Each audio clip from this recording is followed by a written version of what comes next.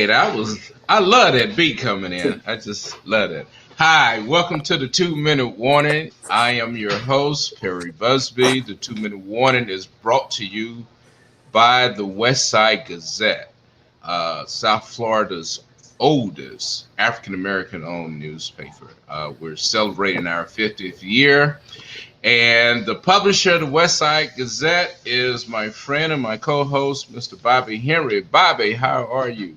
Well, it's a bittersweet day today. Um, uh, we are elated that we can celebrate 50 years of being in the industry, of bringing the news, especially black news, if you will. But Hmm. this morning we got some heartbreaking news that one of the uh, uh, pillars of our community and of our family here at the West Side Gazette, our long standing, running office person, greeter, one of the faces of the West Side Gazette, had one of the most beautiful smiles you ever want to see. Our beloved Aunt Dot, Dorothy Dillard. She is right there. She passed this morning. She transitioned Mm. at 6 o'clock this morning. She went home to be with her sisters and other family members to rest in the arms of our Lord and Savior Jesus Christ. So that Mm. is um, that's Aunt Dot. So Yeah, it's a bit, like I said, it's bittersweet. yeah, Celebrating 50 years on one hand, and then we're celebrating the life of such a lovely person on the other. So yeah. uh, God bless you, Aunt Dot. God So bless you. that's where I am, Perry. Yeah, Yeah. uh, praying for you and Mm-hmm. the entire Henry family. As I say, there's just so much I learned uh, about how we've come to where we are, uh, and learning about this idea that ended up lasting for 50 years and is now passing through generations. That's quite a story, and most people don't know the real story. They can tell you some bits and pieces and some highlights, uh, but I do know to keep something for 50 years, man, that's a struggle and that's a sacrifice. Yeah, we've So, been we've been standing on the shoulders, piggybacking, walking in the footprints since Freedom's Journal in yeah, 1827. It's a long time. So, yeah, yeah, man, and I have to admit to you, Bobby, this month being African American History Month, it has. I don't know about you, but for me, it's been more solemn this year for hmm, me. Uh, just out of respect, having come through what we've come through, and whatever we come through doesn't even begin to scratch the surface on those shoulders that we're standing on. I So know. it's been solemn, about those sometimes those heroes that we don't talk about. Yeah, yeah. It's some. There's some pages we can fill with those names. Yeah, Trying to understand where we are, Perry. yeah, yeah. Trying to understand where we are without overlooking anybody. Right. So, Yeah. Uh, and that's the struggle about progress. You want to do better, but you don't want to do better at the expense. And there's something to someone who I just think that part of progress is about reaching back. hmm, I don't see how you can, uh, you know. yeah. But you know, uh, we haven't done the traditional Black History type shows this year, and for that I'm grateful because as you and I said, the 2 minute warning. There are so many 2 minute warnings in our Hmm. community. and all of them could really just take up a year of discussion on their own. Yeah, yeah, yeah. And trust me, we don't want to dull out the 2 minute warning. Right. Life consists of dealing with what you have to, and Yeah. then and you have to keep going. So you don't want to have a pity party where you find Right. yourself, we don't want to get into that. No. Right. Right. So yeah, man, Yeah. we're But we do still, have to be yeah, mindful. yeah, We do have to be mindful. yeah. Um, you know, and man, speaking of that, man, last week's show was just phenomenal. I mean, and then when you think about where we started with Kevin Desir, and then talking to several retired policemen, man, this has Mm-hmm. really been some enlightening shows. Yeah. I'm so thankful that we chose this month to have that. Mm-hmm. Mm-hmm. Perry, one thing you said last week that really, for me, um, kind of surmised the whole thing we were talking about. When you said to the brothers, those police officers, retired and active, that you're the walking wounded, and so that said it all, man. We are walking wounded individuals in this thing Hmm. we call life. So Right. that adjective, that analogy, that expression of what you gave us, man, is so true. Yeah. It's so true. Yeah. You know? Yeah. Mm-hmm. Yeah. And it's funny, I mean, because sometimes it drives us away, but uh, we have to deal with the dirty parts of our lives, and that's what I was saying last week. I can remember with a time in the African American community. I grew up in Southeast Texas. I remember in the '60s um,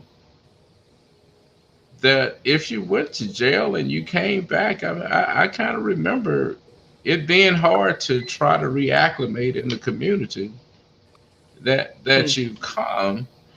And I think back then it was so few people you knew went to jail. I guess that's why. But then you rush into the '80s, and I mean, and it was a pipeline. I mean, a Mm-hmm. pipeline to Gusher, but you still have that stigma even within the neighborhood. Yeah, man, and It's yeah. go. I'm sorry, Perry. Go ahead. Yeah, no, no, no. That's what I was just saying. So how do we address that when we're all being touched by it, and yet sometimes we all seem ashamed to really talk about it? You hit something. You have a way of putting things in perspective. We all, and I'm saying all. You Hmm. might not want to agree, or you're Right. scared or ashamed of it, but we all have somebody who has been touched by institutional life, if you will, being incarcerated. I was locked up, but Hmm. I mean, that was, not minimizing or trying to sugarcoat it, Right. but I dare say that the experience I had does not equate or can hold a candle to the people that we're about to talk to tonight. There's no way, shape, Hmm. form, or fashion that I would ever consider myself being Right. incarcerated based upon what we're about to discover tonight.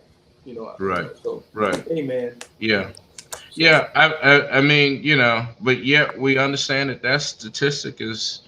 Uh, they used to say 1 in 4. I think now is what, 4 and 7. I, 77. it's kind of hard for me to roll in groups, and it's Yeah, not, yeah. Mm-hmm. some guys on paper, but and so how do we deal with it? I think, as I said, I think we all have ways of just coping. Mm-hmm. Because I don't know any guy who's been to jail that brags about it. Well, You know, now there's a situation, Perry. There was a yeah, time when I was coming up. I'm a little older than you. That yeah, that that in certain circles, to have been incarcerated was a bad occurrence. Where I'm a man, I did, this yeah. and that, So I mean, but man, that kind of like messed a lot Yeah. of us up. Right. So. It did. Right. No, and really to understand it. And I'm not saying that to say that, I'm just saying in my life I never ran across, but I know that there are. I mean, Yeah. I'm like Tupac. Tupac said, "No, I'm talking about the things in my neighborhood, not to praise it, but just to tell a story about what's going on." And you can't tell me anybody in any neighborhood wants wants gangsters, Mm-hmm. that wants murderers, that wants robbers in their community. No self-respecting person wants that. Mm-hmm. Mm-hmm. Well, here we're gonna talk a little bit about uh, surviving Yeah, the prison. yeah, Not only do you have to survive the prison as we know it, now you got to survive what's being brought into the prison. yeah, COVID and a yeah, lot of other, a lot yeah. of other stuff. So let's get to it, man. You want Yeah, yeah, and that's what I'm let's saying. So we often forget about that because we want to avoid talking about jail, and when you don't talk about it, it's easy to not know the conditions or anything that's going on. And so, COVID, our penal systems have taken a big hitting, and it rarely gets mentioned in most cases. Mhm. Well, we got a gentleman tonight that's like I said, has been incarcerated and has come out to address that on his platform. So why don't you introduce the first two panelists, Perry? And let's get right into this thing. Okay, so we're going. Ladies first. Why not? Okay. Okay. Our first guest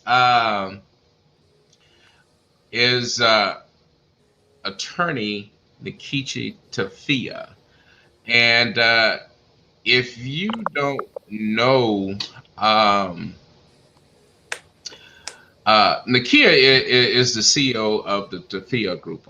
They're a social enterprise firm who's on a mission to advance justice.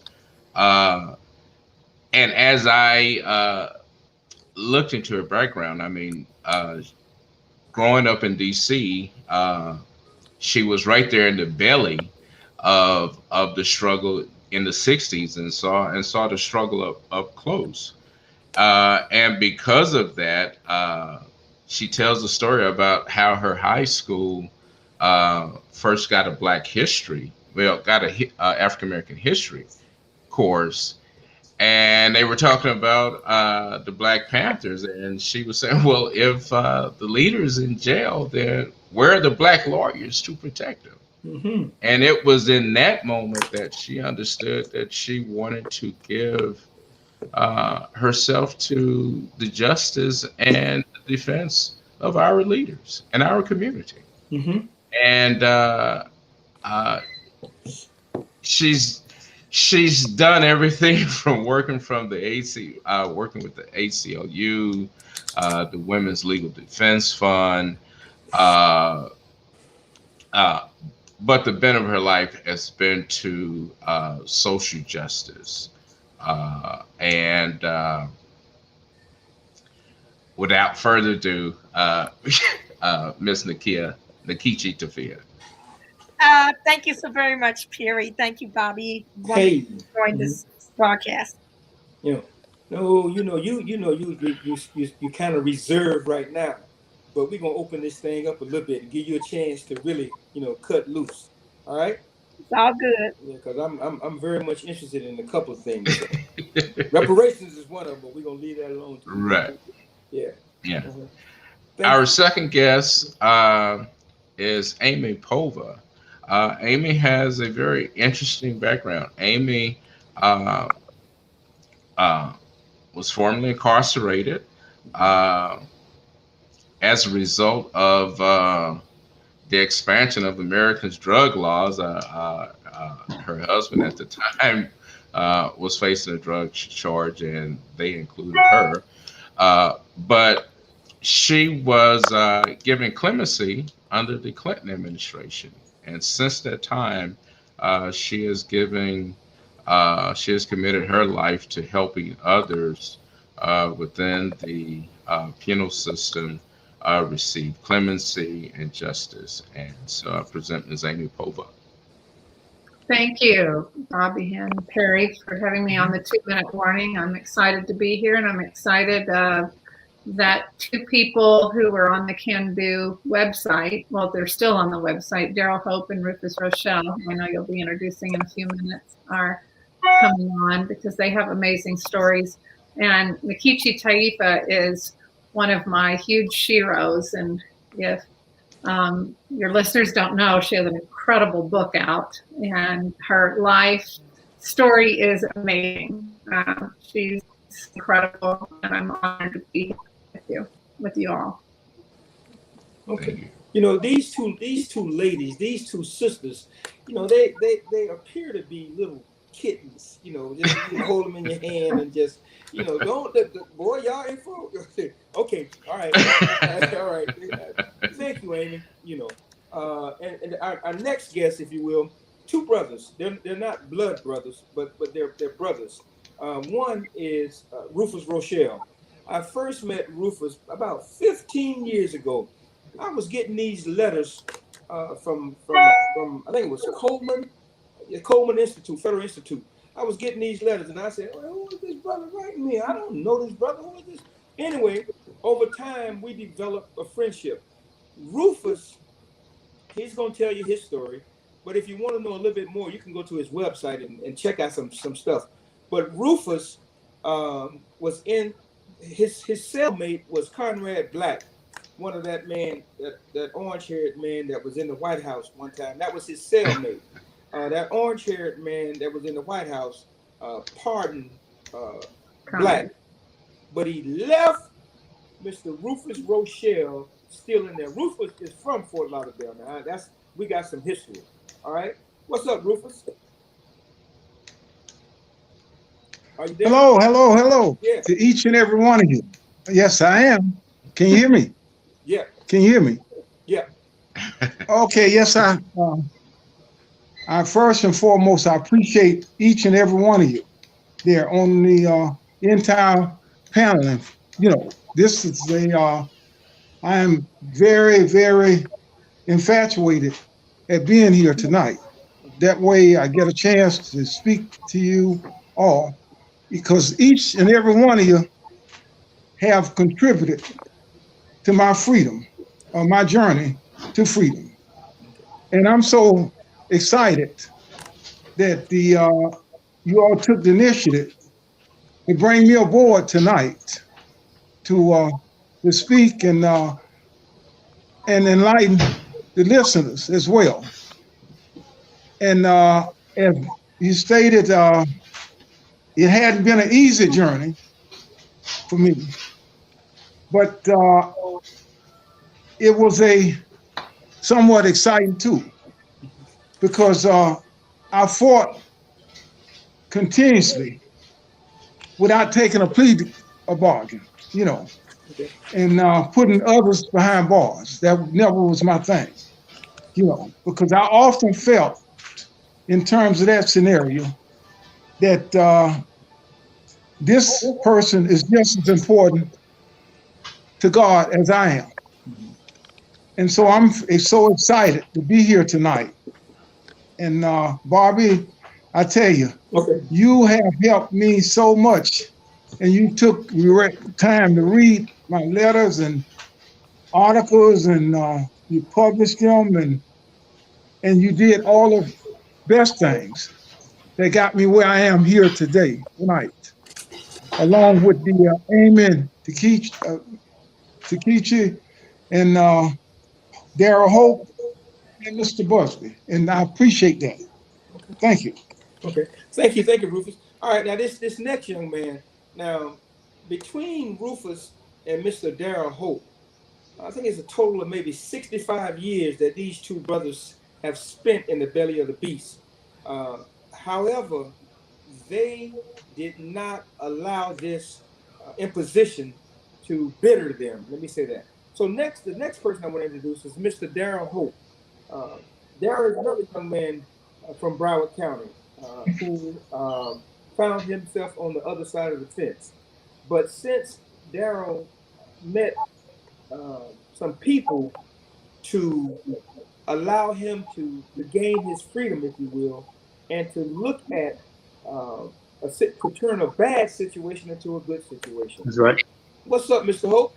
How you doing, sir? How y'all doing? Very good. Rufus, Miss Amy. That's right. All right. All right. Yes, sir. Yes, sir. How you doing? Yes, sir. Mr. Henry? I'm good. All right. All right. That's right. Fantastic. Long time no see, Rufus. Yes, sir. Yeah. Same with you, man. But I've been hearing all the wonderful things you've been doing, man, and I'm proud of you. Extremely proud. Don't stop. Really. It's a bigger And compound. I'm so excited to be on the panel with you. That's right. It's all good. Man, you predicted this. Okay. Long time ago. Brother, don't Yes, stop. sir. It's Yes, just sir. a bigger compound. And Tell me about that, man. You said we finally made the panel with Rufus you. predicted this. Yo, me and Rufus we've been litigating and discussing matters and disagreeing to agree for a long time about a lot of issues. So I mean, he rubbed me some type of way, and I rubbed him back. So, we would never give up. Yeah. When it's too dim, I light it back up for him. He was one of the ones I always thought about, even when they departed us, because of our fight and our struggle and our continued filing, They have a way with dealing with you when you become a litigator. They have a tendency to shift you around from one spot to another to slow you down, to kill your spirit, It's a long struggle. How you doing, Miss Amy? I'm doing great, Darryl. I'm so happy to see you living your life like you should have been all along.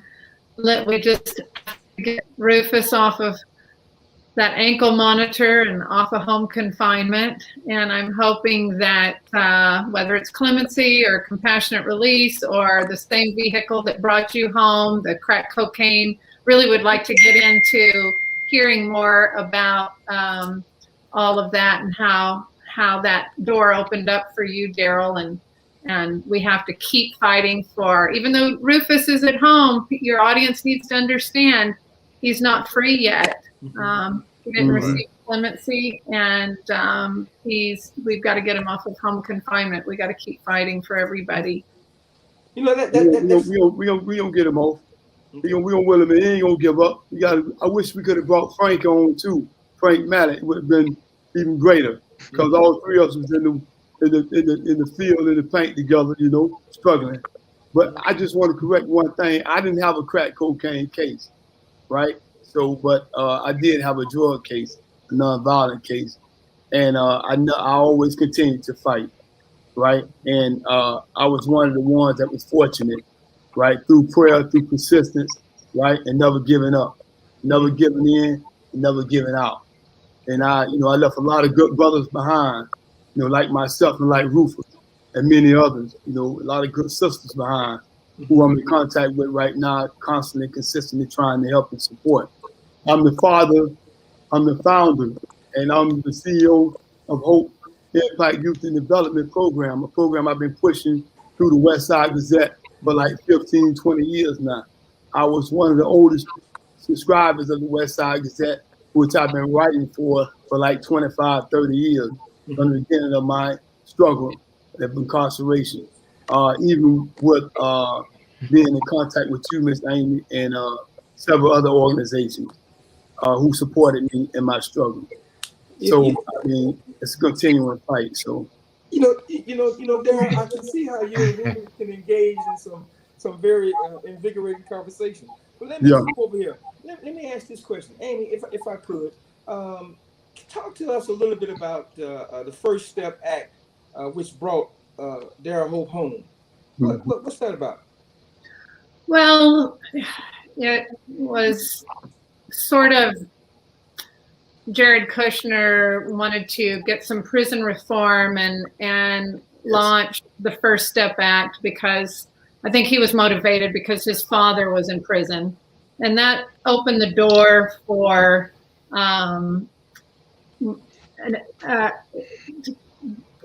also try to include some sentencing reform, which Nkechi and a bunch of people were very vocal, because at first it was only going to be prison reform. Yes. And when I read the bill, I actually got excited about it because there were quite a few things in there that intrigued me, including the compassionate release, where people could take their motions directly to their judge. Prior to that, warden would always say no to anybody who asked for a compassionate release. They have the power to grant them, but the Bureau of Prisons is really about growing mass incarceration.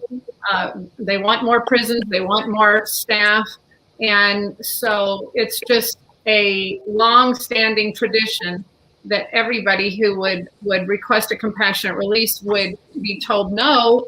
And it's almost as if all the wardens were instructed to use the same reason, because they always would say it will diminish the severity of your crime. Even if you were in there for marijuana or, you know, the pettiest of crimes, they always said it would diminish the severity of your crime. So the prison reform kept chugging along. And thanks again to a lot of voices and organizations like Nkechi Taifa's ACLU and some other people, sentencing reform was also included in the sense of the which, forgive me, Darryl, I'll have you explain, because you were filing a lot of motions while you were in prison, and you never stopped fighting for yourself. But the people who were left behind after, and Nkechi is more informed with the history and the timeline of fighting that 100-to-1 crack cocaine ratio, so I'll let her share the long journey that she took to get that down, and others to 18-to-1. People don't realize there's a lot of people who are still stuck in prison that it wasn't retroactive for them. So First Step Act made it retroactive, even though it still left some people who are in prison to this very day, serving time under the old 100-to-1, which means you serve 100 days for crack cocaine longer than somebody who's usually Caucasian for powder cocaine. You serve 1 day for every 100 that an African-American person normally serves. Can I add to that a moment, Mr. Henry? I mean, I can't stop you, man. All right, Miss Amy, that bill that was passed into law, First Step Act, that was passed into law in 2010, and they came back and amended it recently in 2018. They added on the compassionate relief bill. The individuals that who began to file on behalf of compassionate relief was banking on and was elaborating on and filing their petitions, mainly those of us that didn't have crack cocaine cases, because of a portion of that bill was added in. There was a clause added in that bill, Clause D. If you're familiar with Clause D, that was exceptional. It was an exceptional clause, right? It says with the exception, right? Most individuals didn't understand it at the time that constantly filed, because it was saying that the bill was meant for individuals who had crack cocaine cases. The actual bill came out in 2010 because of the disparity, right? And the racial disparity, you know what I'm saying, behind the crack cocaine law and the history of the crack cocaine law, right? How blacks and Hispanics was constantly being tried in the courts, right? And given a stiffer sentence or harsher sentences for crack cocaine than powder cocaine or heroin or any other type of drug. So when Obama came along, Obama exposed, right, and shed light on the drugs and the crime bill itself, and made mention of the fact that there was being billions of dollars spent, right, on the prison system. They got individuals being locked away for 25 years, 30 years, for decades, right? They're sitting in prison on drug offenses that shouldn't be in prison, on drug offenses, non-violent offenses, right? You got individuals that committed murder, you got individuals that committed rape, that committed robberies and all type of stuff, constantly getting out of prison or getting less of time for child molestation and all other type of crimes, right? Then you got individuals sitting in prison that have drug cases that might not have had a crack cocaine case didn't have an opportunity or a vehicle to get back in court. So I was one of those individuals that recognized, right, from constantly studying, from going to the law library constantly 24 hours, knowing that someday I hope persistently that I will find my relief. Even though I reached out to you, Miss Amy, I reached out to a lot of Brittany Burnett, I reached out to Karen Morrison, which was my guardian angel who supported me and helped me. They always said I was very stubborn because I would never give up, I would never give in or give out, right? And they constantly pushed me right in that direction. But I knew for myself that ain't nobody knew my case like me, right? And I studied that law day and night. And when I seen that clause in that bill, like I told a lot of my friends that was in the law library with me every day, even someone that was running to the rec yard, even someone that was staying in the unit and play cards and play games all day or watch TV all day. Those are trick boxes. If you want your freedom, you got to fight. Can't nobody fight your case harder than you fight it. No matter how much help you get, right? And no matter who come on board or how many lawyers you pay, ain't nobody fight your case like you can fight or know your case better than you know your own case. So that's what I left behind with a lot of other individuals. In the process, I knew also, and I always use this phrase now, right, that I know myself as an individual that I didn't want to die in prison. And I had always said that if I died in prison, I told them, my staff, my case managers, right, my unit team, to castrate me, right? Meaning that don't send me home, right, in a box. Cremate me, my bad. Let me correct that. Cremate me. I left home alive. My parents, my children, my family wanted me to come back home alive and well, not in a box. Okay. So, and I always told my children, right, that I would never stop fighting. I would never give up on them. Not let alone give up on myself. I wouldn't give up on them. I know it was my responsibility to keep in touch with them because I love them. So that kept my fuel lit. That kept my drive. That kept me motivated. Knowing that I left family members behind. Knowing that I left good friends behind. I lost my mother in prison. I lost my grandmother. I lost uncles. I lost aunt. I lost many friends. I wanted my first interview to be at the graveyard. I wanted my first interview to be at the graveyard so the people that put me away and sent me to prison to die in prison gave me a life sentence where there was no drugs involved in my case, right? Based upon hearsay, based upon somebody else's word, right? They put me in prison for a life sentence. It took one person to acknowledge the fact that I shouldn't have been in prison, right? And that I should have received some medical attention that I was being denied by the BOP for many years, and I constantly and persistently kept filing, and I constantly and had been denied by them also, but I would never give up. I wouldn't let that deteriorate me, right, or deter me or keep me down. I just kept pushing, even with the pain that I was enduring every day, right? Even just consistently kept fighting. Yeah. So Darryl, hold that point. Darryl, yes, hold sir. that point. You said something, and I saw Nkechi move a little bit. Nkechi, come on in and join us in this conversation. I saw you shaking, nodding about what Darryl was saying. I was, because I was feeling him, even his name, Hope. It's like, he up that vision of That's never right. giving up in front of him.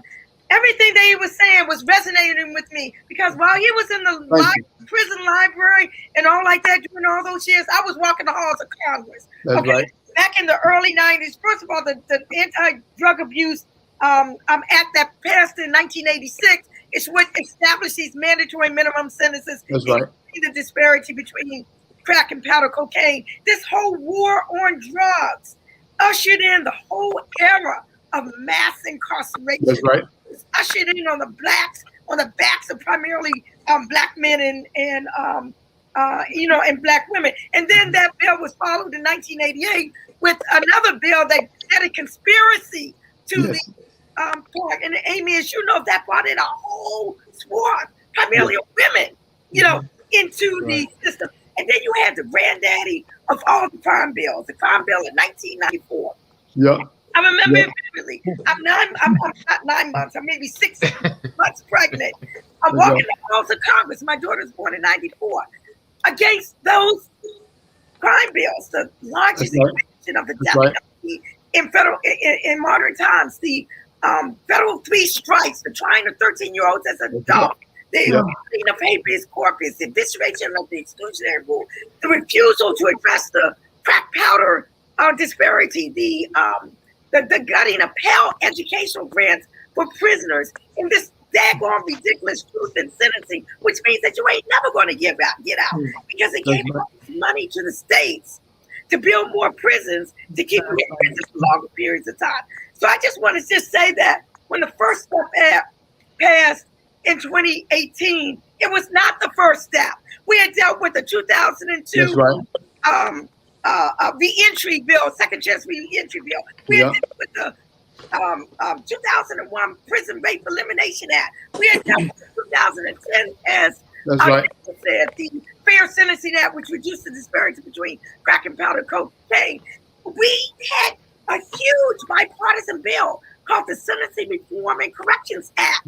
Still during the Obama administration, they had all of the things that were in ultimately later on the First Step Act, but the Republicans refused to bring it to the floor to be able to vote. So then when it comes for the first step, the table had already been laid. Okay, and it really, compassionate police was already there. We said you can't just leave it at that. You got to bring in some sentencing reforms, and that's where the retroactivity came into play. But I will say I'm thrilled that the First Step Act passed because it allowed, particularly in this time of COVID that we find ourselves in now, it provided another avenue in terms of not having to rely on the ward and the BOP to be able to consent to let you out, but to be able to go to a court, to a judge, to be able to determine whether there are factors, compassionate factors, whether you're elderly, whether you're a COVID survivor, whatever the factors are to be able to allow you to come home. So I'm glad that both of you, both Darryl and Rufus, have been able to come home, and the struggle continues because there's so many. Man, I tell you, go Perry. Oh, okay. No, because I was saying, okay, well, we look at it from the policy standpoint, but then at the same time, let's say all of this passes, but the process doesn't improve. What is the expected, I guess we know how many people it will affect, but how many people will it actually produce coming out of that process? I mean, because we can have that, but if we're only getting 1 of every 300, is that effective? Well, that's why we need organizations like Amy's organization, Can't Do Clemency, to really flood the spotlight on the problems that are happening so that we can get the most number of people to be able to release. But policies need to change. First step in order to that. Right. If I can jump in right here, had it not been for Rufus Rochelle, we never would have had this conversation. Darryl, as God would have it, when Darryl got out, he came by the office. We mentioned Rufus. I talked to Rufus, told him what was happening. He introduced me to Amy and Nkechi. Bobby, those are the 2 people you want to talk to. So now here we are on the outside, but it takes a person that has been on the inside to connect us with those on the outside. How do we, from the outside, get what you're doing, Nkechi, Amy?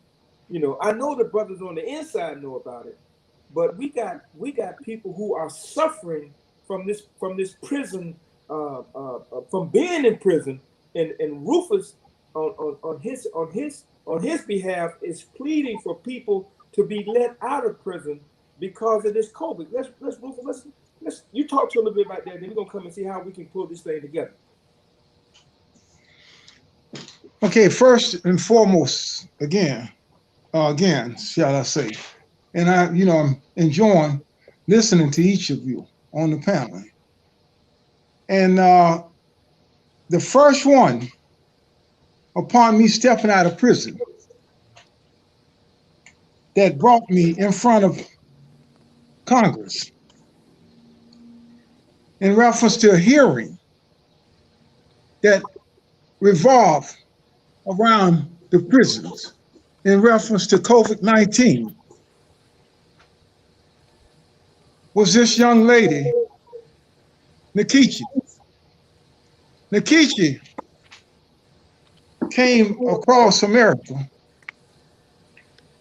and said, this is the person I want to bring up here to address Congress. Not just the regular Congress, but the House Speaker and other top congressmen and women. And we laid it out for them before this particular COVID virus entered the prison primarily, before it actually was able to travel inside of the prison. And had they listened to us from that particular point there when she brought me up in front of Congress, and I thank you, and would have allowed many of the men and women to go home, because it's practically impossible to practice social distancing within the prison setting. That's right. And they heard us loud and clear when you got, in some rooms, you got 2 and 3 men stacked on top of one another. Mm-hmm. And then they're not giving you the appropriate or proper utensils within there to stay safe. When they're giving them masks, some places every 2 months, and they got to keep washing their masks out and so forth. And then you got some prisons where, in terms of the sanitizer, you have to buy that out of the store, what we call commissary. And if you don't have any funds, you hit. Now, 2 is the fact is, as we laid it out for those ones there in Congress and showed them, they questioned me in reference to how individuals, the feeling, what it was like. And I explained to them concisely, individuals was in fear of losing their life, although they wasn't sentenced to die inside of a prison cell. But COVID-19 doesn't ask you how much time you have left. Are you short time, are you long time, or whether you have a life sentence, 40 years or 20 years or 10 years, or 1 or 2 days. Right. And they alleged that they were going to allow women that was pregnant to go home or get them out of there. You know, I don't know. It appears that many things that were stated in there were swept under the rug, because individuals start dying behind bars. And many of them were so sad in terms of the prison setting. They got individuals inside the dormitories that has the COVID-19 that's being quarantined in the same unit that the ones that don't have it, that doesn't have it. So they in there, this very same unit, being quarantined with the virus. And in other words, what they're saying, do the best you can. Because there are many men and women that's incarcerated right now as I'm speaking, that are silent, that you can't hear their voices. But I do, because I've been there. Hope hear their voices. I've been there. There are many men, as we speaking right now, the women that are in tears, as I'm speaking, that are in tears. And they aren't saying, well, I got 2 months to go before I get out of here. They're saying, I'm praying to be alive tomorrow, to wake up the following day. Mm-hmm. Because there are many, as I'm speaking, that never got those opportunities to wake up. Hey, Because you know, I can agree with that 101%, because after spending 30 years in federal prison, right, and getting immediate release on April the 10th of 2020, the state of Florida Department of Correction came and kidnapped me and took me to the state on an old 1988 case from a previous detainer that had been enlarged, where the judge wasn't clear about, how that sentence was being ran, concurrent or consecutive. Long story short, I ended up doing 8 months in the States after serving 30 years in federal prison. And some of the same terms and conditions that Rufus mentioned and with leaving individuals in the federal system, I can witness after going through Lake Butler and Rayford, Florida Correctional Institution, where I left individuals in there where you may wake up in the morning and you may have a yellow tape on your neighbor's bed, he done died, or 2 beds over the bed behind you, or somebody on top of you that died from COVID. All right, consistently. This every day you wake up, somebody done died. And you have a lot of dudes that have the symptoms and know they have it, right? But won't go and report it to medical as requested to do so because of fear of they going to lock everybody up in the unit and put them under quarantine for another 14 days. And you can make mention of it. They'll lock you up, throw you in the street in the box. They call it solitary confinement. You ain't get no shower. You ain't get no medical attention. Ain't nobody coming by to see you. They're going to throw a sign on the door saying you up under COVID quarantine. You'll throw your food in there. You ain't get nothing in the cell. You got no cellar. You ain't get no medical attention. They did it to me when I got off the bus on April the 10th because I came across state line. If you come across state line into another state, if you're going into another facility, you're going to automatically be cast in the chute, solitary confinement, under quarantine. So that's another issue within itself. Yeah. So I mean, it's drastic, and I can agree with what he's saying. In the state and the federal system, it's terrible. The conditions are outrageous, and not to put no cut on this because I'm gonna take advantage of this opportunity because they don't come as often as they should. But I'm thanking you, Mr. Henry, and I want to send my condolences to Miss Amy, for losing her mother, and I never had the opportunity to do so. In this struggle, with those of us that have lost loved ones and left people behind that we want to support, men and women, right? Family members out here that's fighting, don't know how to help their loved ones. I want to thank you for giving us the vehicle, Mr. Henry, to be able to speak out on the conditions of the brothers and sisters we left behind. And I also want to say that it's a money issue. We all know it's a money issue. We all know it's politics. We all know that we are their investments. We are their access, right? We only become a liability, we no longer have a number to be counted. Only thing they care about is, you know what I'm saying, counting. You standing for the count, right? You being aware for the count. After that, they don't care about nothing you do. Nothing. So, I mean, that's what it all boils down to. Right now, we have administration in right now. You got the Democrats in right now. Got the Senate. They got the House. They got the presidency right now.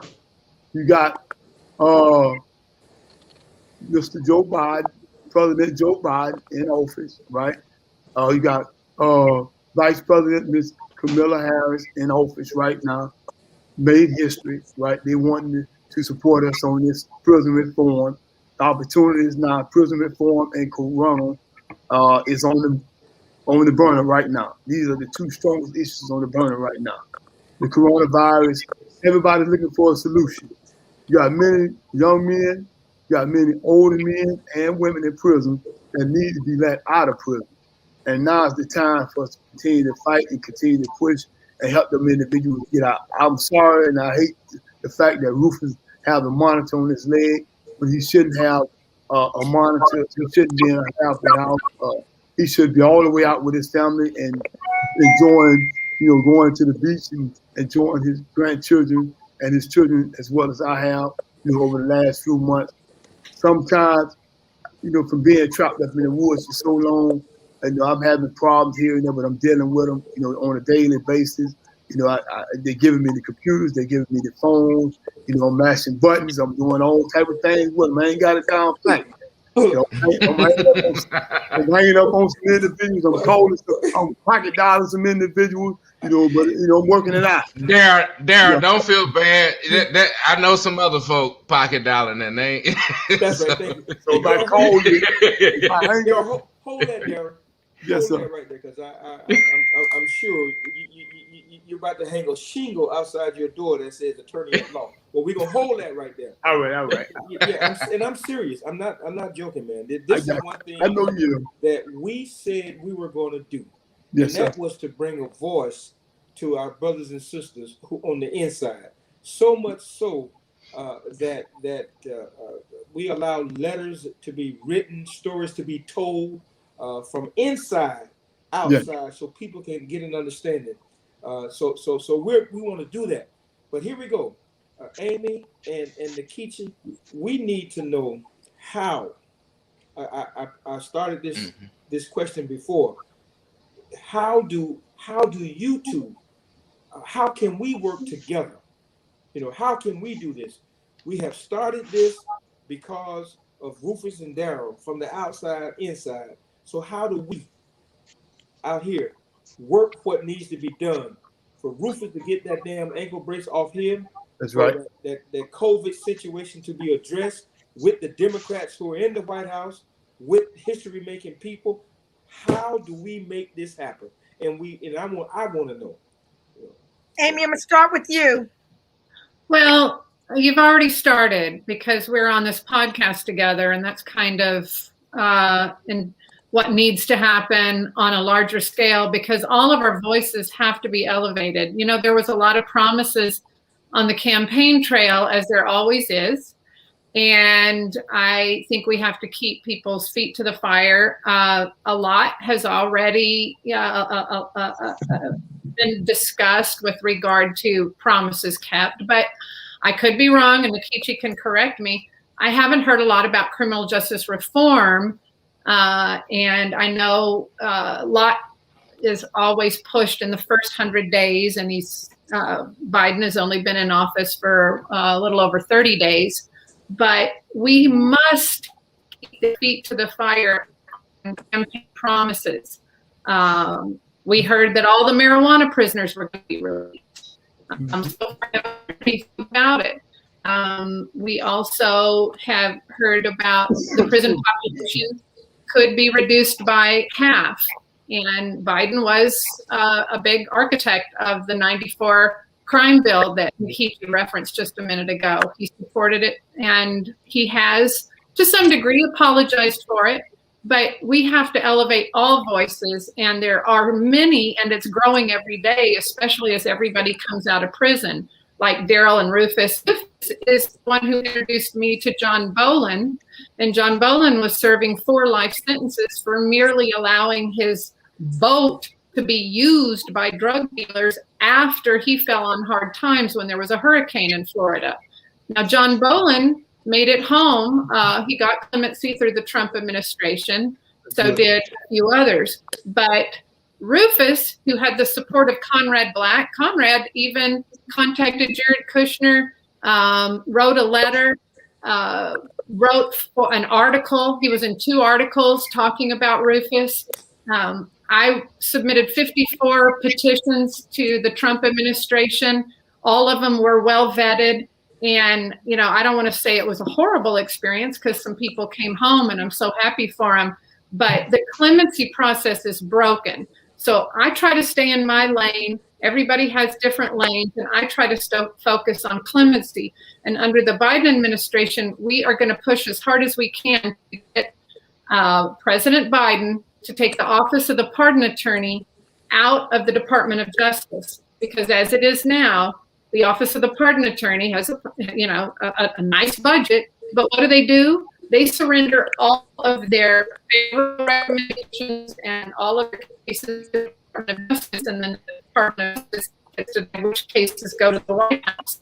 That's where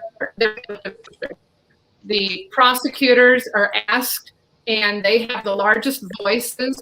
And if you didn't cooperate or work with them or help them, like Rufus said, by testifying against additional people and sending somebody in there to do the time so you could do less time, quite often they will say no. It's kind of vindictive, but from the prosecutor's point of view. So I try to focus on clemency, and I try to elevate that on social media and put cases out there. Nkechi is on a broader spectrum and focuses, but we all come together in DC quite often, as we have. Nkechi putting Rufus in a situation where he was able to give live testimony to, was it the Black Caucus? More than the Black Caucus, as he said, it was leadership. Actually, Nancy Pelosi and leadership, along with the Black Caucus. But I just want to say, Amy, if it weren't for you, I would not have known anything about Rufus. Amy Povah, if it wasn't for you, I would not have known about all of the folk that we brought to the Obama White House that really started the snowball and all of this. So that is what is really important. Working together cooperatively. Right. Perry and Bobby were asking, what can we do? Well, 2 things. First, we got to make sure that those ankle braces are off of Rufus and people like him. There was an Office of Legal Counsel memo at the end of the Trump administration that said all those who came out on home confinement got to go back. We want to get that across. Number 2, the last thing, we need to make sure that you know what we're doing in Washington. The advocacy. We have a bill there, Cory Booker introduced, the Second Look Act, that deals with people who are 50 years old, who served at least 10 years. No parole in the federal system. They need to have another way of coming back to show how their lives have changed. The trial penalty. One of them talked about they didn't take a plea, and as a result got slapped with all of these sentences. We got to do it with trial penalty. That's right. That's right. All those things, sexual activity. Their laws have changed, but many of them have not been made retroactive to the people who are sitting in prison. They need to change. So there are a whole lot of other things as well. So we need a connection, a union, and I think that this is the start of that. Let me now, Nkechi. You know, I know some of the people that you know from the NNPA. So we got to use that. Okay, we got to put, not only are we newsprint, but we are social media savvy too. So every chance we get, if you and Amy are doing something, if you're podcasting, if you got videos, if you got anything that we need to get to the people, please, this is a vehicle to get it to a national audience. You know, so that's our linkage. Now I know Rufus. Again, I say this and I mean this. Had it, and Darryl, I'm not gonna ever exclude you. Never. No, you know, because we've been down for a long time. But because of Rufus, all of this came together. So we need to ask Rufus, what do we need to do so you can get that damn brace off your leg and give it to us? What do we need to do, man? You been in there with the boy, Comrade Black. Okay. They still left you behind. Okay, I want to show the audience and the panel the bracelet first. Good. And then that way they know what I'm traveling around with each and every day. This is it here. This is the bracelet. That's terrible. I'm traveling around with each and every day. And I have to plug it in right here to charge it. I have to plug it in right there to charge it. And there's times at night, it might go off sometime 2 or maybe 2 or 3 times a night. You know, and so the monitoring center called me right here. And you know, you have to have a land phone. You know, that way they speak to me, you know, record it and say that I need to plug my charger up in reference to the monitoring device. Damn. And here, you know, it's like a dog where you got a collar and a chain around his neck. And he's only able to go a certain distance. And then he's pulled back. You know, and then this is a way of keeping a man in check.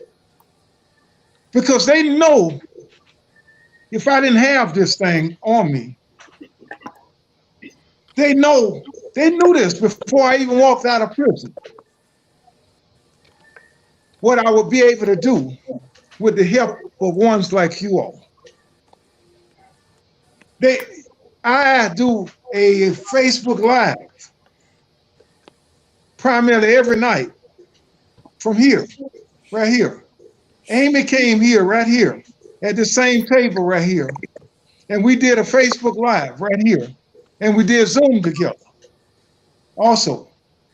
So they know if I was able to move a little farther, then that expand the horizon. It allows me to do more, to help people. And I don't feel bad in reference to those ones that receive clemency, First Step Act, and other that they have to offer them. Because by seeing them walk out the gate, that's a relief, a sign of freedom for some mother, some daughter, or some father, or some family member to see their son or daughter at the dinner table that night. Because I'm out here, although I got an ankle bracelet on my leg, but those ones I knew that I left behind, they was in there facing the coronavirus, and many of them had been in there for decades.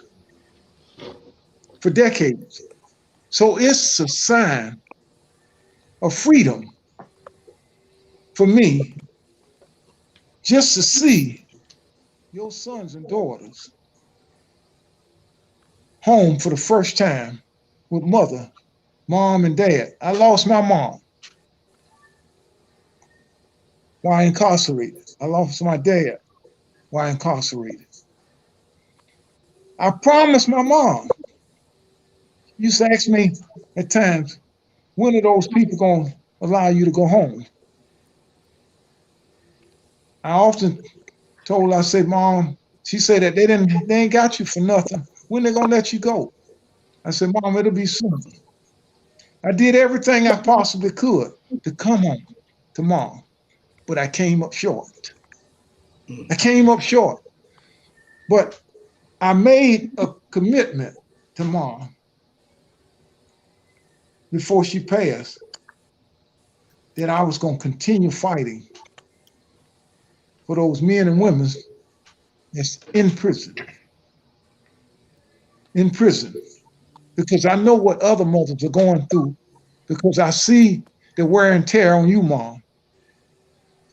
Because I realize when you're doing time, your family is doing time along with you. Those ones that love you are doing time too. So you're not the only one incarcerated. They are incarcerated too. Just like you, Bobby. Mm-hmm. Over the years that we formed a bond, you were incarcerated as well, because you were concerned, when are they going to let Rufus out of prison? When this man is going to come out of prison? He writes all of this good stuff, and he shed light on things that makes a difference in others' life. But when will he have a life outside of prison? These razor wire fence and these high prison walls. It's coming. And what I ask, what I would like to see done, is to keep hammering and keep speaking and keep advocating for those like myself and others. Because it's sad that a lot of us men have slackened. They have given up on us. But the women I see have not. And I would love to see more men become involved into criminal justice reform. And that way, we don't leave the women fighting alone, like Nkechi and Amy and other women, because they fighting a hard fight. That's right. As you seen during the election there in Georgia, they made a difference. And if we come together with them, we can make a difference too. Thank you. Yeah. You know, if I could chime in just real quick, I'd like to draw the point that the staff at Coleman wanted Rufus to get clemency. I've never seen it in somebody's progress report, but the unit team put in his progress report, we support Rufus's pardon. They used the word pardon instead of clemency or commutation. And I highlighted that to underscore the point. And they also were responsible for identifying Rufus for home confinement, even though Rufus, you can chime in. I don't think that many men who were serving your sentence received home confinement. Some women did. I don't know how many men did. They don't see Rufus yet. That's what's insulting about this quagmire that we're in, that, you know, some people get out, and Rufus has done so much for so many people, even while he's in prison, raising money for Hurricane Katrina victims. He got a prosthetic eye for somebody. Bobby, you know those stories.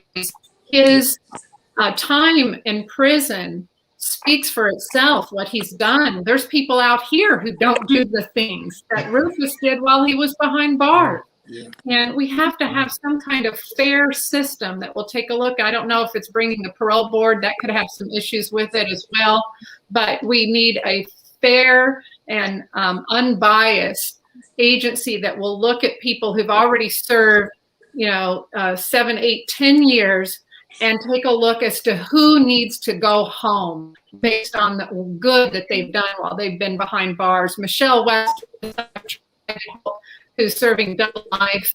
I could go on and on with names of cases that should be home by now. She served 28 years. I have men who've served 30 years, 33 years, Vietnam veterans who've served over 30 years in prison. And even the wardens have been supporting their release. They're trapped in there. It's a travesty. But I agree with you. I can give some more names to come on your show, Bobby. Karen Morrison, who helped Darryl Hope, would be one of the first ones fighting for freedom. And they need to be on your show and other podcasts so everybody can hear these stories. Mm-hmm. Okay. And Miss Amy, go ahead, sir. Miss Perry. Oh no, go ahead. No, Darryl, go ahead. I just wanted to add to what she was saying.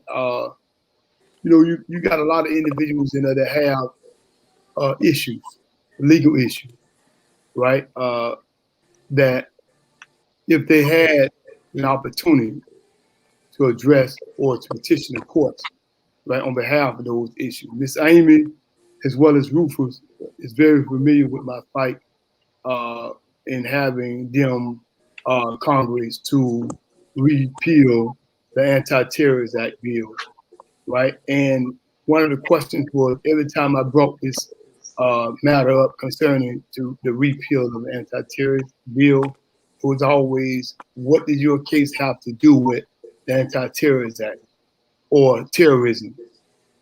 I would always say my case had nothing to do with a terrorist act or terrorism.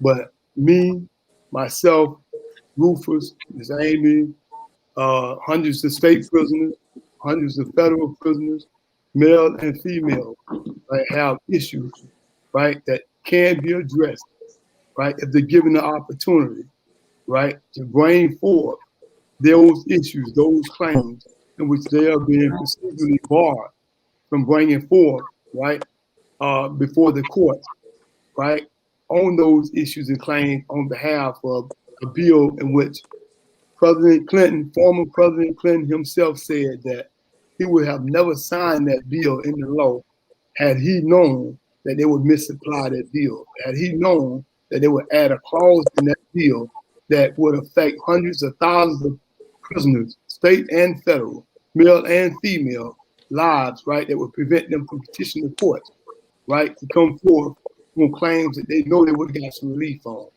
You got hundreds of thousands of inmates trapped with no way out. You can have $1 million and pay a lawyer every time. Your mother can sell a house, she can sell her cars, she can sell everything to try to get her son and her daughter out. If you don't get past that gatekeeper, Anti-Terrorist Act bill, you ain't getting out. 9 out of 10. They told me it was like catching the lottery. You know what I'm saying? On behalf of me getting out of prison. I was 1 out of 1 million that made it up out of there, that squeezed through that crack. And every time you have a case that come out, like the sister said, that if it ain't ran retroactive, if it's not a new case based upon newly discovered evidence or anything, they're going to block it. The Anti-Terrorist Act bill is the worst thing that they put in the law since 94, crime bill since 1996. I have an order I keep right here. I file this in the court. I go every congressperson, on Democrats and Republicans, in the court on behalf of the Anti-Terrorist Act bill, right? I've been fighting that bill since 1997. Rufus knows, we was in Coleman together, we was in Atlanta together, we was in several places together. And I kept telling Ms. Amy that she didn't understand what is it about this bill that you constantly and consistently, right, fighting about. Them people denied me over, I can say literally over 500 denials I got. I want to say 1,000 denials I got from petitioning the court. And they say, man, you're a relentless litigator, right? But they knew that I was right. And it wasn't until Miss Catherine Williams granted me relief, they had another judge come out within days and said that I was never time barred, right? 27 years later, he said that I was never time barred and I should have been granted my one procedural shot. It was 27 years later. Right after I got the relief in April the 10th, I got an order from another judge issuing the government to respond to a motion and a letter that I filed through courts, asking the courts to grant me permission to file a timely petition. For one thing, you got brothers like myself that have been locked up like Rufus. Well, that bill should have never been applied to us because it's the pre-ADPA. We're up under the pre-ADPA law, meaning that if a bill or a law come out, right, after your incarceration, it's an ex post facto violation to apply that bill, right, to you. For example, I was incarcerated before they started charging individuals, right, for medical, right? They're charging in the federal system $2 every time you go to medical. They charge you in the state every time you go to medical $5. I wrote and exhausted all my administrative remedies. I went all the way to Washington, D.C., and I had always said that they shouldn't be charging me, you know what I'm saying, for medical treatment, you know what I'm saying, applying a bill that wasn't law when I came to prison. They came back in Washington, D.C. and granted my petition, my administrative remedies, and said I was correct. I never got the opportunity to file and make them pay me back every dime they charged me from 1990, I think the law came in effect 95 and 4, which I should have got paid that money back, and they kept charging me. You got brothers that's sick with the corona. You got brothers that's sick, got dental issues. You got brothers that's sick, they got medical issues that won't go to the medical facility to get assistance because they're constantly charging them. And if you don't have the money, right, they will put liens on you until somebody send you money, until they put money in your account to take those funds from you. And they are wrongfully and unconstitutionally applying those policies and procedures towards inmates that we're talking about. These are things that I fought consistently about. This is one of the reasons why they kept shipping me from institution to plantation, from plantation. I went to 10 facilities, right, because I was a relentless litigator. I was filing from every institution I was in. When I got in the state facility, it was one place I never wanted to go back to. That was Lake Butler. Lake Butler is a facility in the state of Florida. You like anybody that been to Lake Butler, they will tell you, they will kill you there. But any least little thing, a lot of brothers lost their lives. Right, they got a graveyard there, right, that sits up on a hill with a lot of John Doe tags on them, where they done told parents their family members been shipped to one spot to another, but they done already investigated it and then already exposed the fact that they found hundreds of bodies, like they did in Okeechobee, in those graveyards, in those mass graves. So it's going on all across the country. Back to the issue within itself, our main subject and our main topic and our main focus should be the Anti-Terrorist Act bill. And I want to thank Ms. Amy for taking the opportunity and the initiative to come forth and ask Joe Biden to reappeal that bill, because it's very important now that we have that bill reappealed now. Why years up under his administration, and he have the Senate and he have the House backing him, and they got the opportunity to correct the wrong that he was a part of in 94 and 96 when that bill was in effect. Joe Biden, Kamala Harris, President Clinton, even Obama said himself that that bill was unconstitutional. If they reappeal that bill where it no longer apply to state and federal inmates that don't have capital cases, that haven't committed a crime, a federal crime against American citizens, right, a terrorist act, or committed a terrorist act on American soil, then they shouldn't be applying that bill unconstitutional towards them brothers and sisters. So one of the things is that it's not as easy as it sounds. No, it's not. We have the presidency, we have the House in the Senate. That it's not no easy ride, because we need a supermajority in the Senate to be able to offset a filibuster.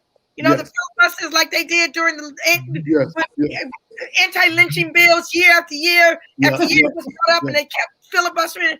That's the problem that we're facing. We think that we're on easy ground, but we're not. So we need to be vigilant. We need to, like you're doing, never stop demanding. That's right. What is right, and we need to unite and come together to make it happen. You know, I have a. If I go ahead, son. Yeah, because you're gonna talk all night, Darryl. No, I love you, man. But has there? I'm sure there are. With all the profound minds like Darryl and Rufus, is there a national former incarcerated Supreme Court consisting of brothers and sisters who've been there and can plead their own cause? Is that anywhere? You in? No, but I will say this: there, as Amy can attest, there are many organizations there now, led by and comprised of formerly incarcerated people. I think that's a great suggestion that you're making. I know Amy can put folk in touch with all those different organizations. For advocates in general, I convene a group called the Justice Roundtable, which primarily deals with federal criminal justice policy issues. But there are a lot of formerly incarcerated organizations who are getting funded to do things, and you should be a part of those groups as well. Make your voices heard. Okay. And I've enjoyed it. But I will tell you, this is probably the quietest I've ever been around him. But I'm the nerd. I'm the nerd of this, and I'm listening to all of this. And for me, I know Bobby and I have been saying, what can we do? And if I can just be a little real with you, Nkechi and Amy, you can't just tell Black people, well, we need your help. I mean, even for people who want to be a part, this is so foreign. Even though we all know about the legal system, I'll be very honest, most Black folk want to stay as far the hell away from it. So how can we get them included? Because it's affecting I can't really think of a family who hasn't been impacted by an incarcerated family member, or a friend or something.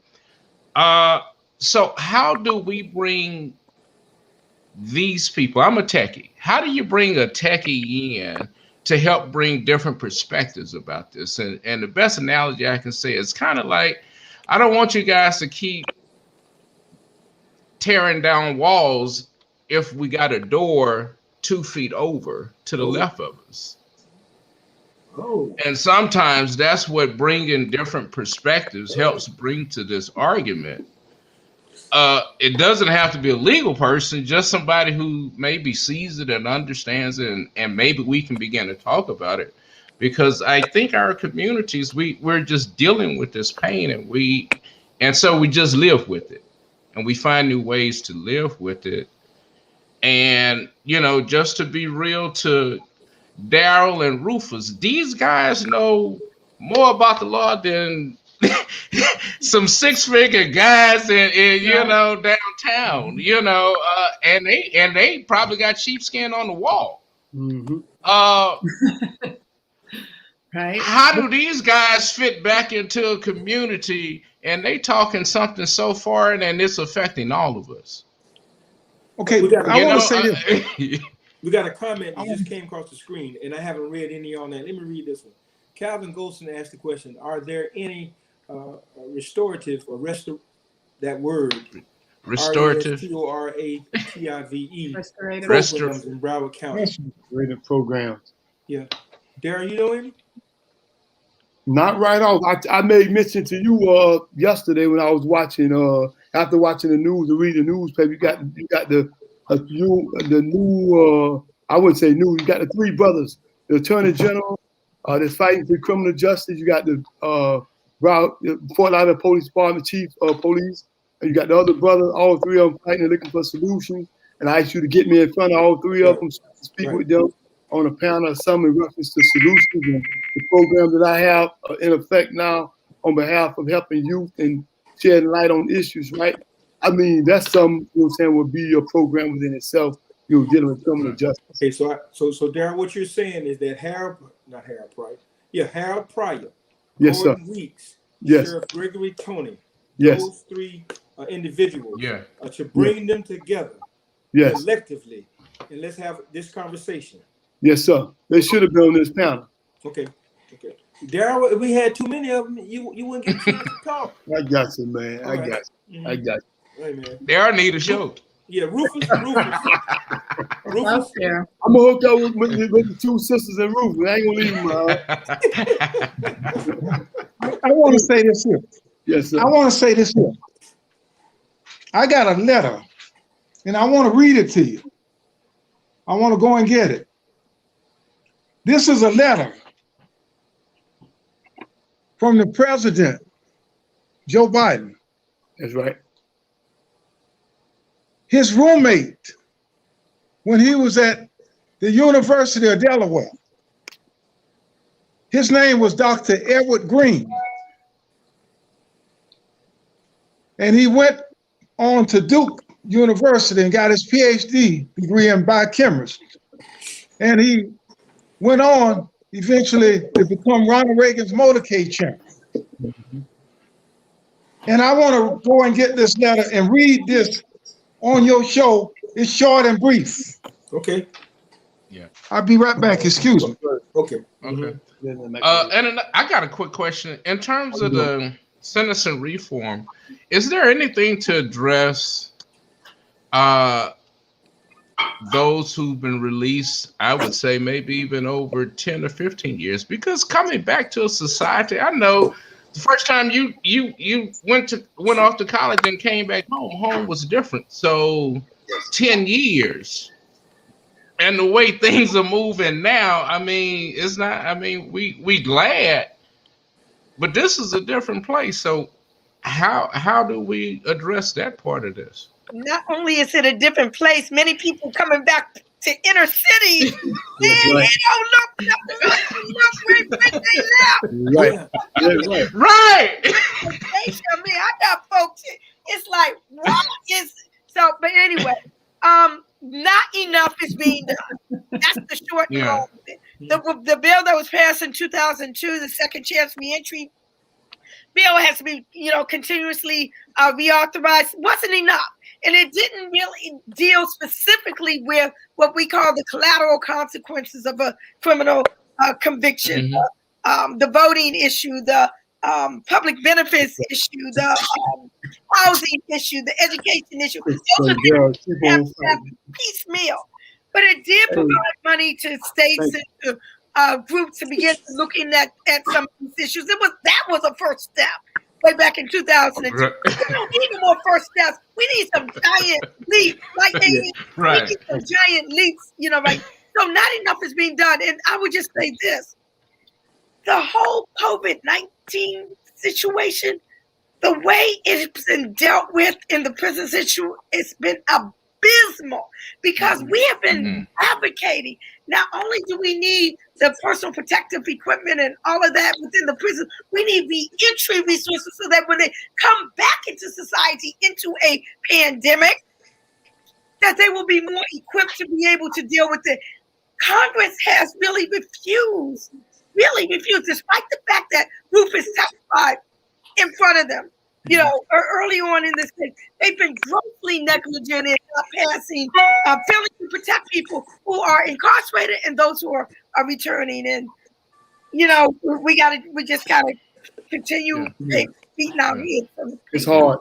Amy. Yes. Amy, how long is a typical case for you? I mean, what? Oh gosh, I have some people on the website that I've been advocating for over 10 years, but I started off with the top 25 because Dennis Kashan is a journalist who used to work for USA Today, and he wanted me to come up with the top 25 women because I used to only help women until the Obama initiative. And that was kind of hard because I don't know how you figure out who's number 1, 2. I tried to everybody was equally deserving, but I tried to put the lifers and then based on how many years they had served, and some kind of order. But I have to say, we have to start thinking big. We keep working on this incremental, well, we got to get a bill passed, but we need to end the drug war. The drug war, number one, we got to stop using terminology like war to describe how we treat American citizens. They declared war on American citizens, not on drugs. Drugs don't know what's going on. We all went to prison. Families were destroyed. Communities of color were particularly impacted. And drugs can even still be illegal. We don't have to have a war where we're using conspiracy laws to suck somebody in and then tell them you have to become a working informant, feed more people into the system. We have to end the drug war and stop with this. Well, if we could get this one little piece of legislation passed, and if we could, do this, that brings some people get out, some people come home, and the vast majority are left inside, destroyed every single time. When they see their friends and their cellmates walk out, and then they're left behind, it is crushing to them. And I have to work with the broken pieces of so many hearts that are devastated, and their family members. When people come home, frankly, I usually disengage because I'm still focused on the people in prison. But I just wish that we would start using language like, why don't we just end the drug war and start treating our citizens like that we should treat them with respect and stop throwing away citizens. But Rufus is back, and I want to hear what he's going to read to us. Okay, as Rufus prepares to read his letter, if everyone can prepare a location so folk can contact you or get involved with what you're doing. So if you can prepare that and get it to us, maybe Ariel can put it up on the screen where people can take part in what you have to offer. Okay, Bobby, this is in the audience. This who he was with Barclay. I don't know if you all could see this. Barclay International. Yeah. And you see at the bottom here, whose name at the bottom right here. Yeah. I know. Be quiet, Darryl. Can you see it? Yep. Yeah. That's Rufus there. Okay. Right. Good enough. I'm gonna read the letter. Okay. Okay, this was August the 22nd of 2002. The Office of the Pardon Attorney, 500 First Street Northwest. Okay, dear sir or madam, I am referred to your office by that of my University of Delaware classmate and friend, Senator Joe Biden. This unpreceded beseechment in my history pertains to one Rufus C. Rochelle, federal prison number 08628-017, presently located at FCC Coleman Media in Florida. In case you are not familiar with Rufus' dilemma, the attached newspaper exposed are self-explanatory. Moreover, I know Rufus personally, as well as the particular of his bizarre case and his extraordinary twist. Suffice to say that this individual was a scapegoat, persecuted for racist reasons in a time and place that was acceptable, has long since paid his debt to society, but has spent his appeal procedure generating realms of pro se paperwork without benefit of education. Ironically, it seems that very exercising of his rights has caused this case never to be seriously considered relative to just relief. Concise and to the point, Rufus is not. Nonetheless, is this justification for not being duly considered for overdue relief? Overdue relief. Okay, where am I? There is not even a suggestion that this gentleman has not paid his debt or in potential threat to society. Please do not hesitate to contact me for any additional input or detail. We will be watching this matter with great interest and concern. Consideration, all best.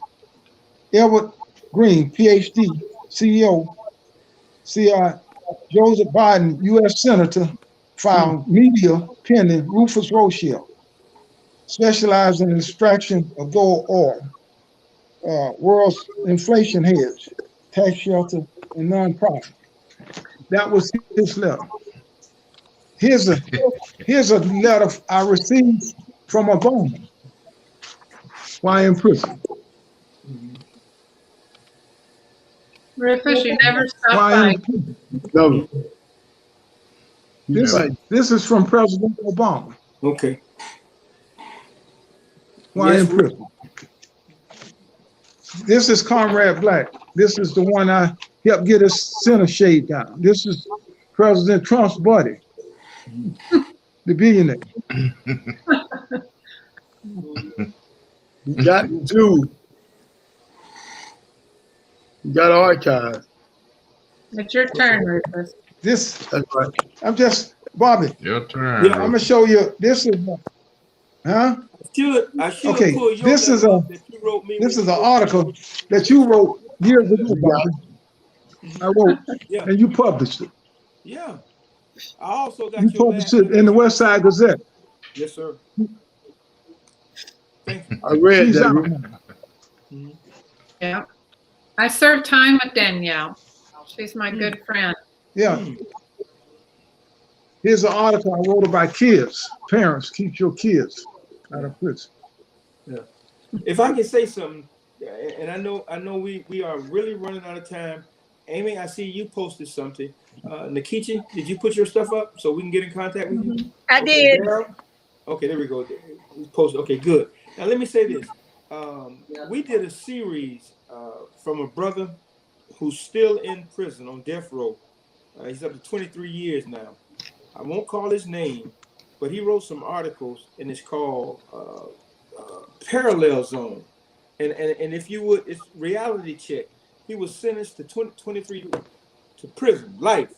Now, if you go to our website and pull up his articles, he talks in detail how COVID and how they're not given the proper sanitization nor the care. And he wrote about this. So there are several articles that you can take a look at from a first, a person that's there, not from the outside. So we want to continue to do this. We want to continue to fight the fight. So I asked that we put all that stuff up on the screen. And before we close out tonight, Darryl, we're going to let you go first, and we're going to give you 30 seconds. All right. Hey, man. No. Can I say something? Hey, Bobby. Yeah, I'm gonna be out. Hey, Ruth, hold up, man. Can I say something? 1 second. Yeah, hey.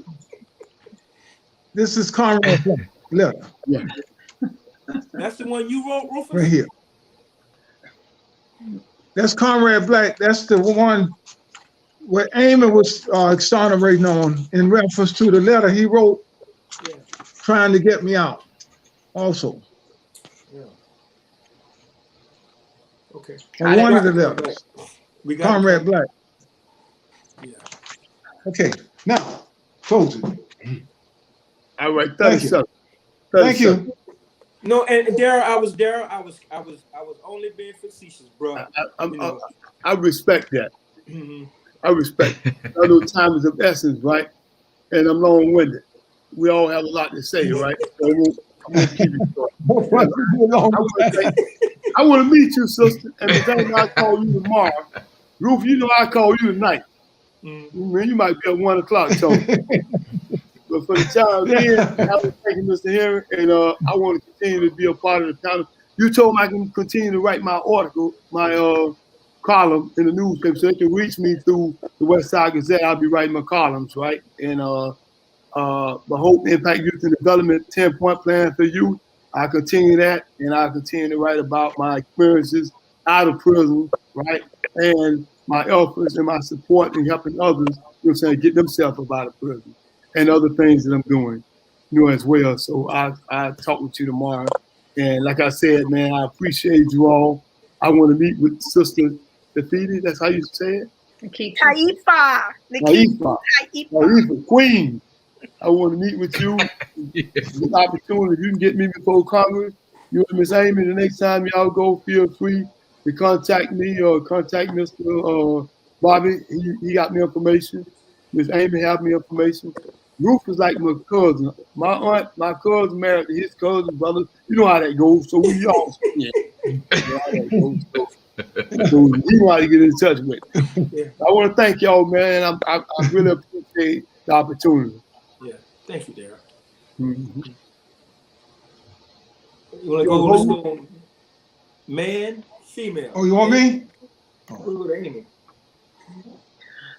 So are we just doing a wrap up, final words? Yeah. Is that okay? Well, I just, again, want to thank you and praise you for this opportunity. It's podcasts like yours that are going to help educate. I agree with something that you said earlier. You know, we all are somewhat operating in an echo chamber because we're always on social media. We talk to one another. We have conferences. We have panels. But when I go out into the public and I start to explain the conspiracy law and that you can get 20 to life if you were at the wrong place at the wrong time, riding in a car, drug deal goes down, you get indicted, you're thrown in an indictment with a bunch, 15, 20 people, and then the feeding frenzy of plea bargains begin. I get the slack job. People go, what? When they find out that I was serving time for what my ex-husband did, for all the drugs that he manufactured, and he's free. He's married somebody else. He's moved on. Michelle West, a murderer, cooperated. He never served a day, not one day, but he testified against other people in a plea bargain. Do you think his word was credible? Of course not. But that's the system that we live within. Right. And it's podcasts like yours that's going to help the greater public understand why Darryl, why Rufus received 20 years to life for nonviolent conspiracy cases. It's just ridiculous, and it's got to stop. Okay. That's right. That's right. The gentleman, Rufus.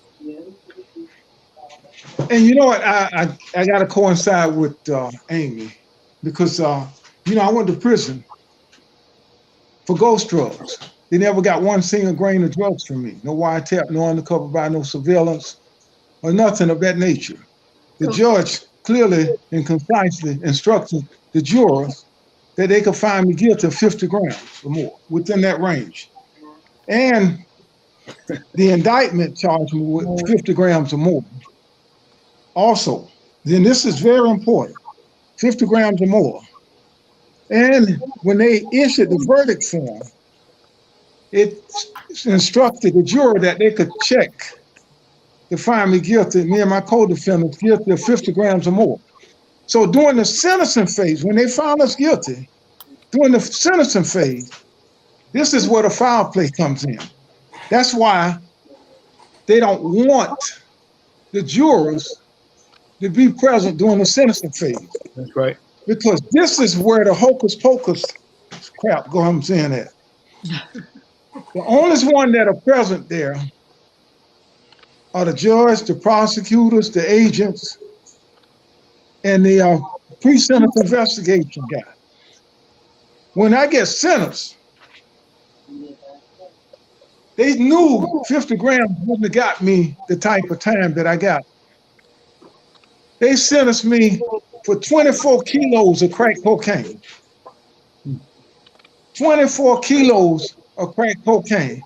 And crack cocaine, as Hope, I think one of them stated, that 1 gram of crack, the punishment is 100 times more severe than 1 gram of powder cocaine.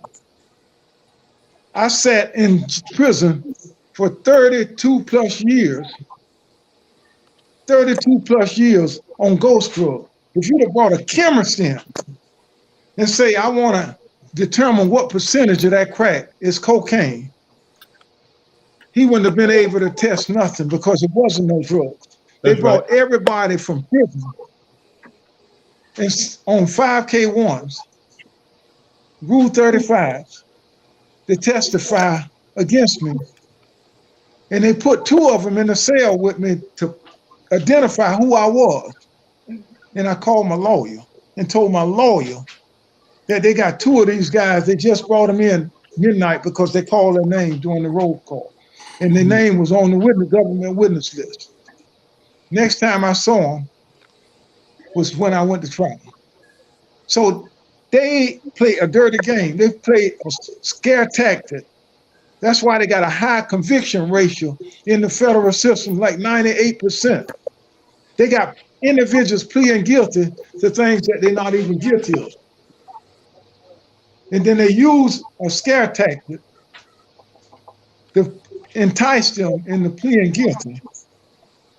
Our federal government, the same ones that's supposed to be chastising the state, they play a worse game than them. And I often ask, when I'm doing my podcast, my Facebook Live, would they sentence their sons or daughters or put them in there or give them the type of time that they give your sons and daughters or your husband and wife because it's very poor and skin color?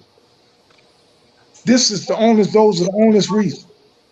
And I close from there. Thank you for giving me that opportunity. And I love and appreciate each of you panel members that are present here this night, evening. And I thank you, the audience, and Mr. Henry and Mr. Busby, Mr. Perry, that's responsible for yes, sir. Each of us coming together tonight. Thank you. God bless you. God bless you. Thank you. Nkechi, I saved you for last because you do another part that we don't have enough time to expound upon that. But what is the HR Bill 40? Reparations, and I know that's a whole nother conversation. But can you just drop a little bit on that and then close this out? Yeah, that's a whole nother conversation. But there needs to be a reckoning because there's a direct connection from the enslavement era to the mass incarceration era. And, we need to remedy the harms from the war on drugs, and that should be part of a reparation or reparatory justice claim. But I just want to close by saying that I had a client of 10 years who just walked out of prison after 33 years incarcerated, 67 years old on compassionate release. Justice Roundtable that convened is hosting his first public appearance in a conversation with Senator Cory Booker Wednesday, March 1st. If folk go to www.justiceroundtable.org under events, you'll see it there. And, invite your audience to come join the conversation. I just want to thank you. I want to thank the future attorney, Darryl Hope. I want to thank the future attorney, Rufus, Rochelle. My ever-present sister in arms, Amy Povah. That's right. And Perry Busby and Bobby Henry. Thank you. All y'all are my new best friends. Yeah, it's all good. All good. I want to say one more quick thing, man, before we leave. One last quick thing I want to share with y'all. For a minute, I didn't say this to you because of the fact that I gave you my word, Mr. Henry. Well, yesterday, I had an operation. I got a dislocated hernia disc in my neck, and they had to go in my neck and get some marrow out of my neck, and I got a dislocated hernia disc in my lower back, and I got the MRIs back Tuesday, and they had to do the operation and stuff yesterday. But I gave you my word that I would be here, and that was one of the things that the judge granted me relief on because they had denied me medical attention, right, for 5 years, and I had a general surgeon said that I needed this surgery over 5 years ago. So I finally did get half of the procedure we did. I got to go back again next week. So just letting you know, I kept my word. Yeah. Okay. Perry? Oh, wow. Rufus, Darryl, brothers, I look forward to meeting you. Thank you, sir. Thank you. Just having some good brother time to catch up on. Because your absence from the community was felt in the community in more ways than your family. And we've got to be about the business of restoring that breach in our community because we've got too many fractures in our community. And the process of again, coming home is a process. Everything's a process, and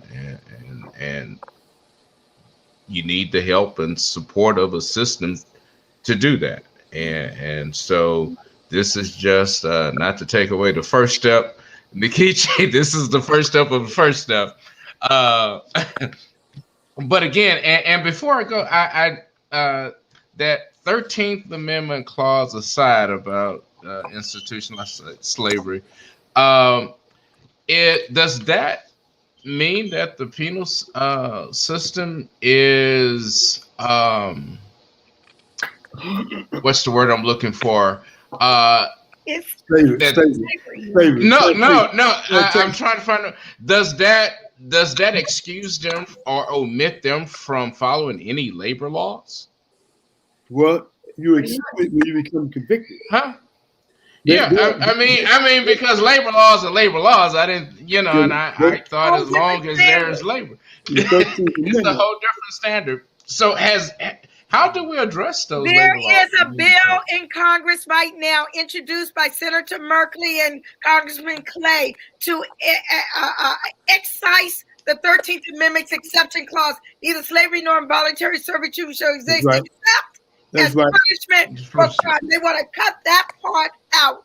And there's a bill, there's some national movement that's about to get underway with respect, to that, so that those labor laws would, in fact, apply to people in prison, and so that they will be treated on equal basis as everyone else, as opposed to not just second-class citizens, but as those who as enslaved people, which the Constitution states that they are. So y'all just don't want to go home, do you? No, but let me close. But because I don't want to get started with Nkechi on Saturday class, but I think our communities really need Saturday class again because it's back to our point. How can the communities help you guys? Because for every Rufus and Darryl, there's hundreds more trying to get on you guys' schedule, and so. Every policy aside, I mean, it doesn't help the flow. And that's what I keep saying. We've got to improve the flow of people coming out because they aren't going to come out on their own. And even every policy change isn't going to unlock every cell door. So what do we have to do? The narrative needs to change. And we need to talk to our mothers, fathers, grandparents, our children, our aunties, our uncles, our cousins, because we need the collective, we need the power of the people. What we used to say back in the day, power to the people. We need the power of the people to ensure that they hold the legislators' feet to the fire. I mean, there's a whole lot more I could say, but I know, Okay. Thank you. Love you. Hey, you and Amy. Thank you guys for being here. Absolutely. Darryl, let me first start by saying, man, I pray that everything works out for you physically, emotionally, psychologically, and that, you return whole. Yes, sir. Okay. Rufus, we shall be ever connected. I used to have your pardon letter on my desk, but I rearranged my office and I put some stuff away. So I keep that. To remind me that we should always be aware. And I got to answer the center. They call them from the halfway house. Go ahead, do your thing. We should always remember the widows, the orphans, and those who are incarcerated. Amy and Nkechi, I'm gonna bother you now. I'm not an email person. I'll text to get your attention. But whatever you're doing. Don't forget about us, the little press, so we can put some stuff out there. We can do it, we can do it together. That's right. So I just want to say with all sincerity, this is not the last time we're going to have this conversation. There are people who need to hear this, to join in the conversation and to offer some help for us to find our way into helping others find their way. I see we got a person from Texas chiming in. Miss Cheryl Smith says, God bless you all. Okay. So Thank we're you. in it to win it. Thank you. Let's not Thank you. stop. Thank you, sister. Let's not forget. Thank you. You know, and please, for goodness sake, let us not point our fingers at anybody. Let's extend the hand to help. So I say thank you. God bless you all. And let's do it again. Okay? All right. All right. Yeah. All right. Amen. Thank you. Good night, y'all. Thank Thank you. Good you. night. All right. Thank God you. bless you. God bless you. All right.